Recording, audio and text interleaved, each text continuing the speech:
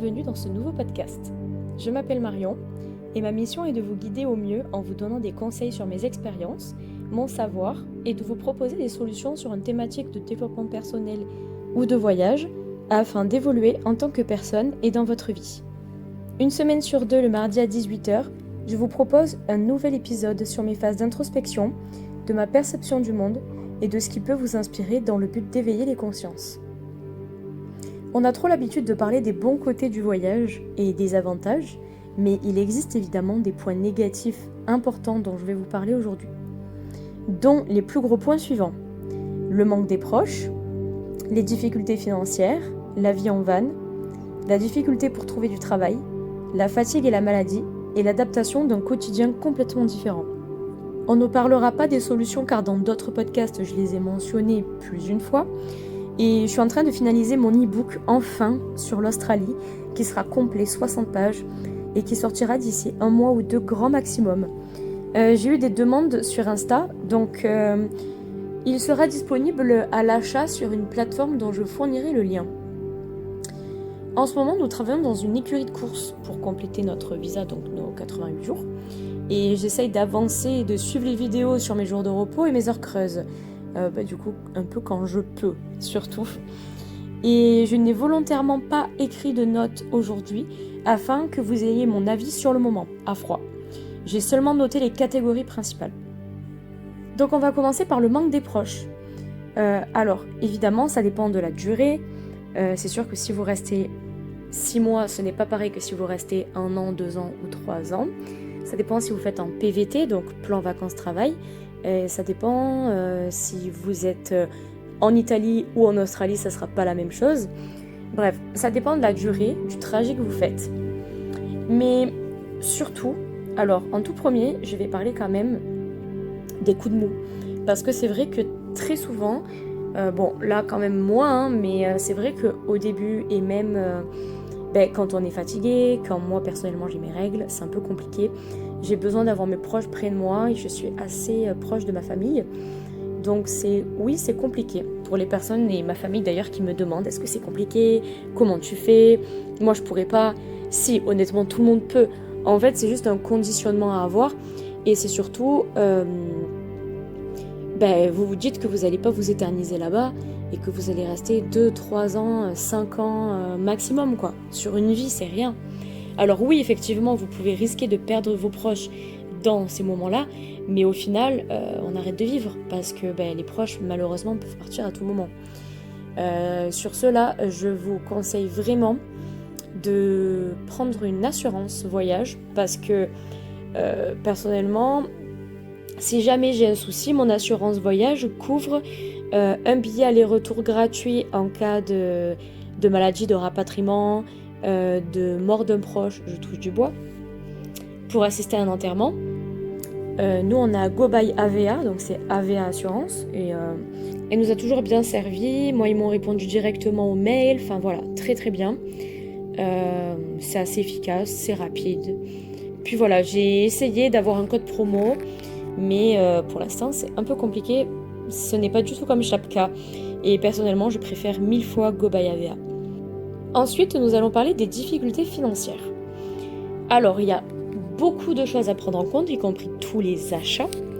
Donc, on a les petits achats et les gros achats, tels un véhicule, par exemple, avec la Rego et la RWC, plus les imprévus de garagistes, etc., qu'on ne prévoit pas forcément.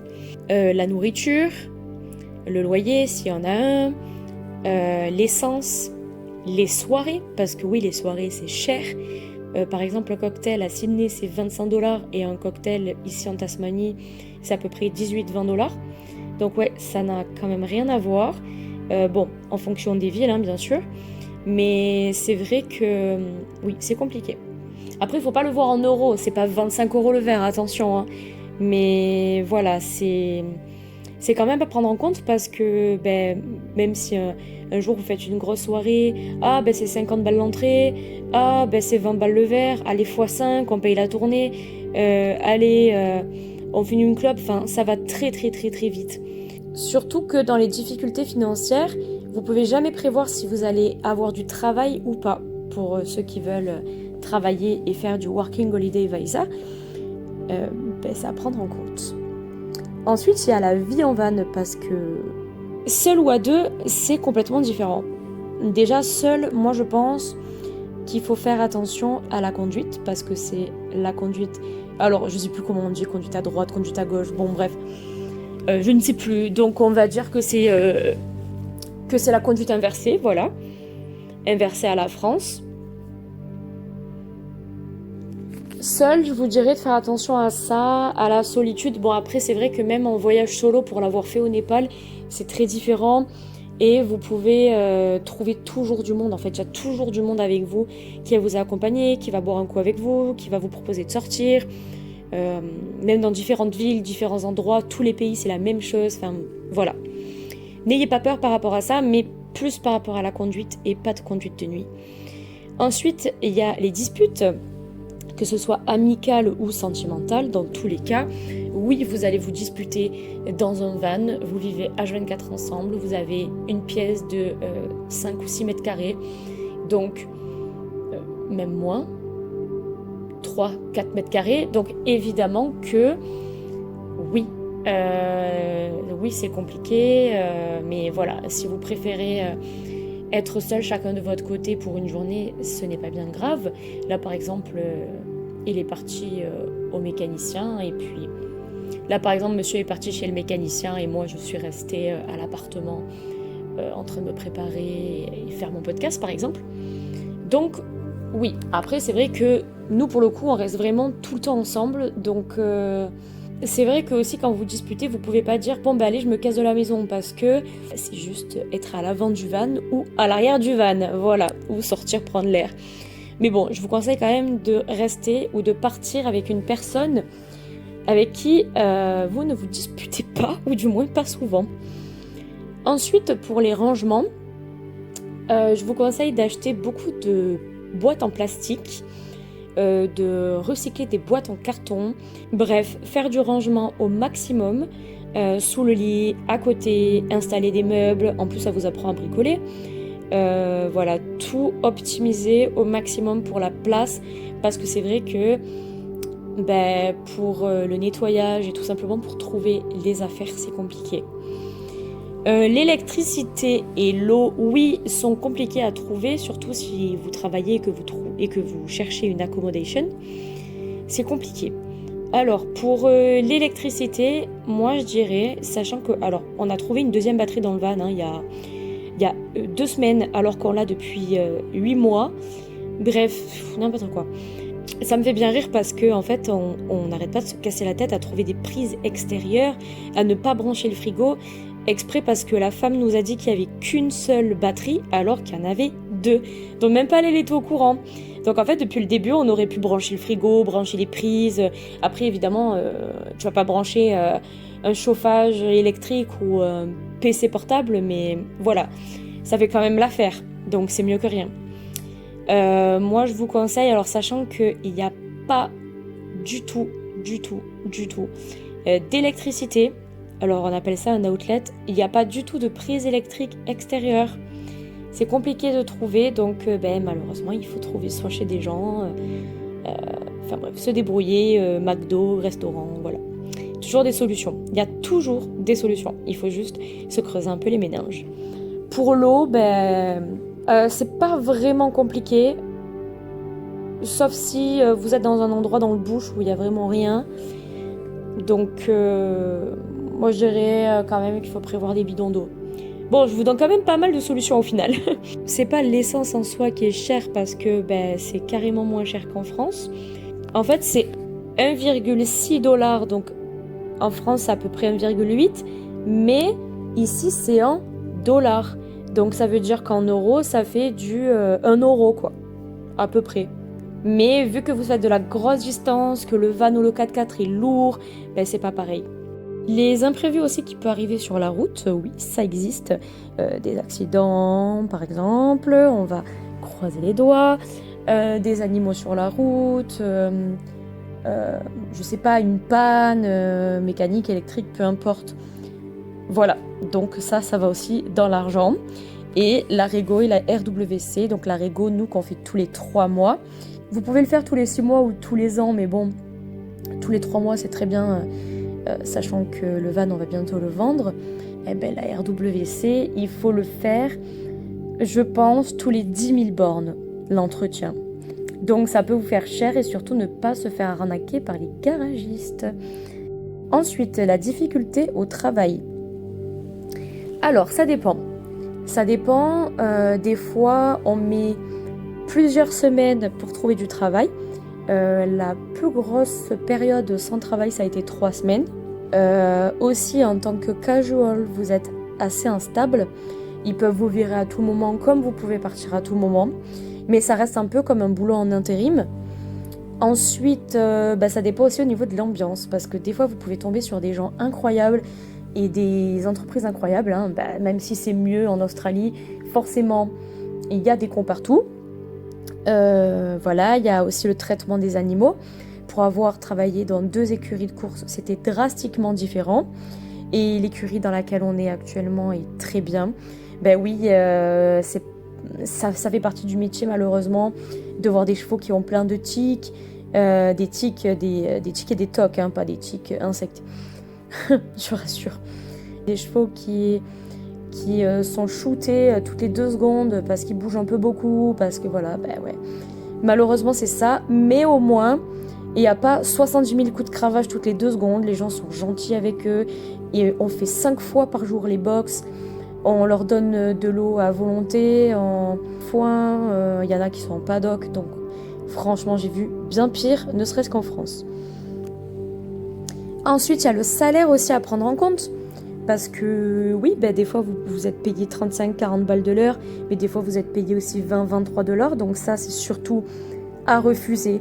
Et je me demande même si c'est légal, il me semble même pas que ce soit légal. Je sais que Pablo a travaillé un jour chez un restaurant chinois, ce jour il n'a toujours pas été payé parce que c'était au black, enfin bref.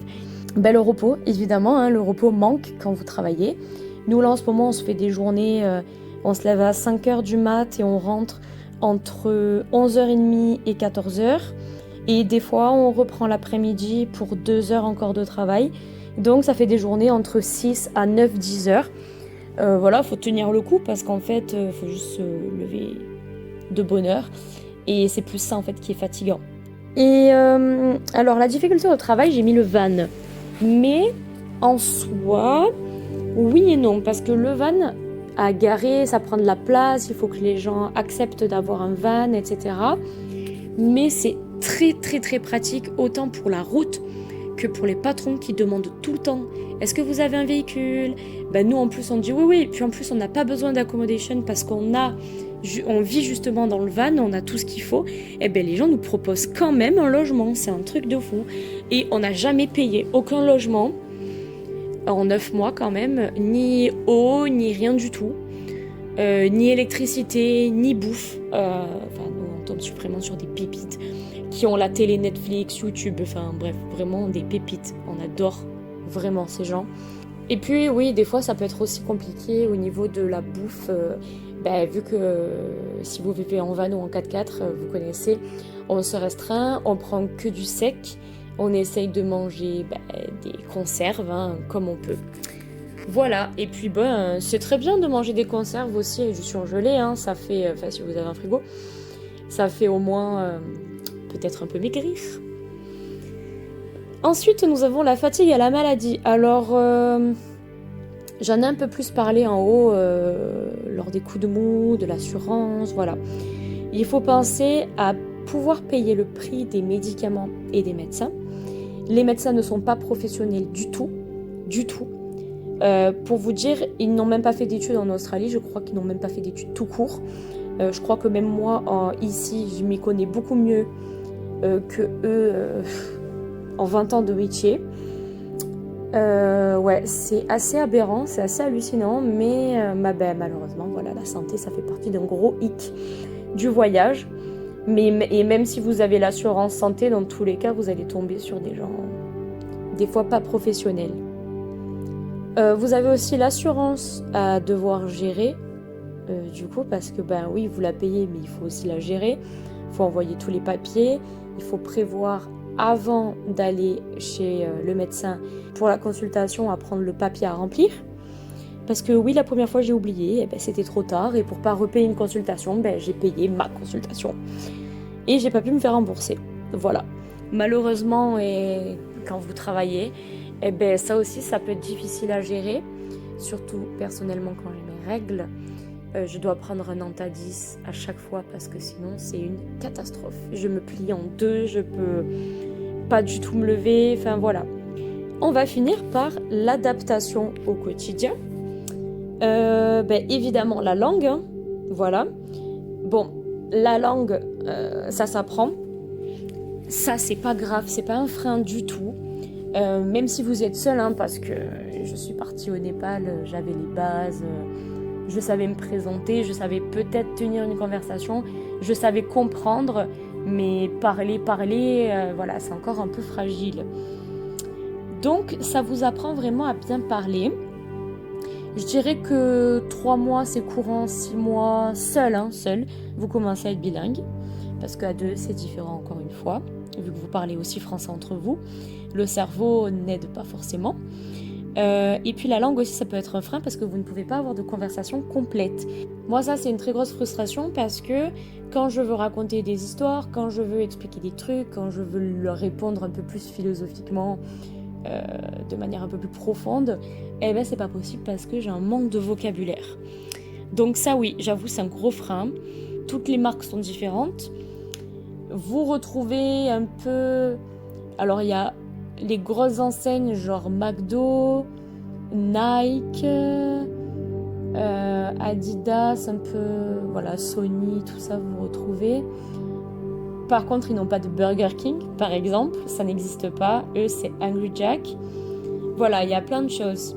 Et surtout, ils ne vendent pas l'alcool dans les supermarchés. C'est un magasin à part.